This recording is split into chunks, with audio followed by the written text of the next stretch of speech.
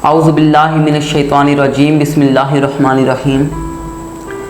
उरूक़ मुर्दाए मशरिक़ में खून ज़िंदगी दौड़ा, उरूक़ मुर्दाए मशरिक़ में खून ज़िंदगी दौड़ा, समझ सकते नहीं इस राज को सीना व फाराबी।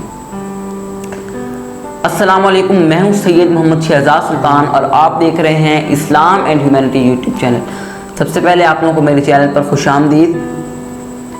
तो अभी एक बहुत ही खूबसूरत शेर हज़रत अल्लामा मोहम्मद इकबाल रहमतुल्लाह अलैह का शेर तुलूए इस्लाम नज़म से मैंने भी आप लोगों के सामने पढ़ा है। उरूक़ मुर्दाए मशरिक़ में खून ज़िंदगी दौड़ा, समझ सकते नहीं इस राज को सीना व फाराबी।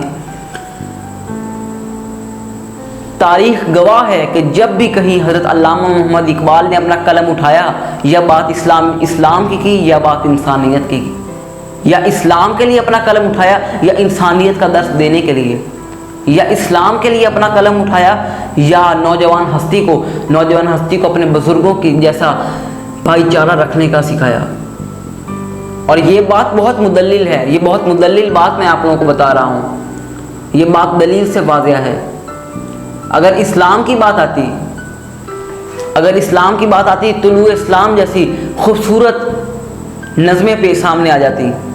अगर इंसानियत की बात आती तो हमदर्दी से अकमल, हमदर्दी से कामिल, मुख्तसर मगर जामिया नज़में सामने आ जाती। तो हज़रत अल्लामा इकबाल बहुत ही कमाल के शायर, जो शायर मशरिक़ भी कहलाए जाते हैं। आपकी ये नज़म तुलूए इस्लाम, जिसका मैंने अभी शेर पढ़ा है, तो इसमें अल्लामा इकबाल क्या फरमाते हैं? इस पूरी नज़म में अल्लामा इकबाल ने जिस चीज़ पर तरजीह दी है, जिस चीज़ को ज़ोर में रखा है, जिस चीज़ पर ज़ोर दिया है, वो इस्लाम का और इंसानियत का और मुसलमानों के हक़ का, मुसलमानों की हुकूमत के बारे में, मुसलमानों की ताकत के बारे में आपने बताया है। आपने इस्लाम को तरजीह दी है और आपने ये एहसास दिलाया है कि मुसलमान और इस्लाम ये हमेशा हुकूमत के लिए बने।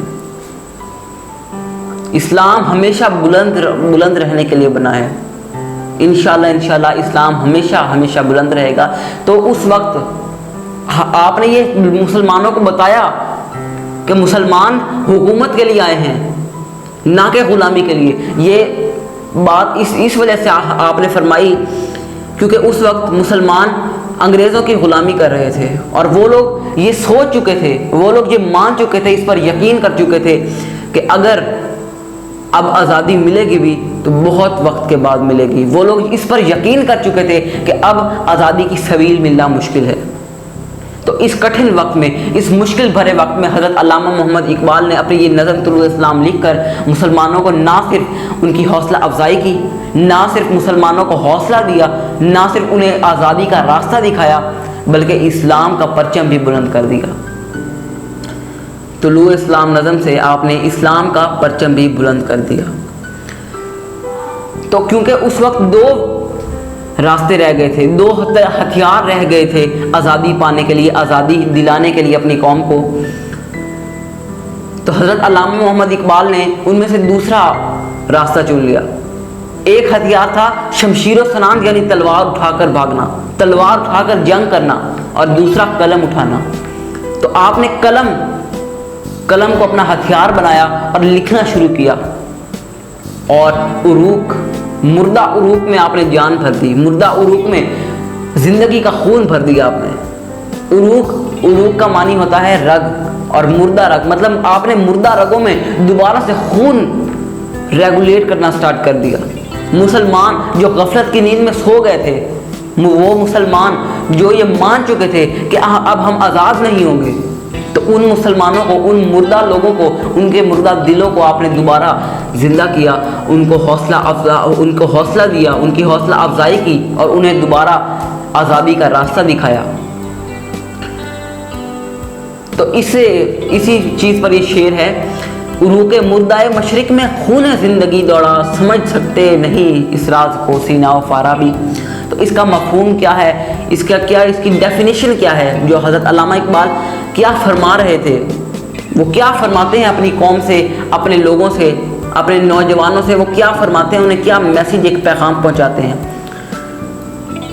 तो आप फरमाते हैं कि ये अचानक से کہیں کہاں سے آ گئے مردہ رگوں میں یہ اچانک سے خون کیسے دوڑنے لگ گیا؟ تو یہ جو مشرق کی مردہ رگوں کا نام آپ نے لیا، تو یہ مشرق مردہ رگوں کا تو میں آپ لوگوں کو بتا چکا ہوں کہ وہ لوگ جو غفلت کی نیند سو چکے تھے انہیں جگانے کے لیے، مطلب ان میں خون ریگولیٹ کرنا، مطلب ان غفلت میں سوئے ہوئے لوگوں کو جگانا۔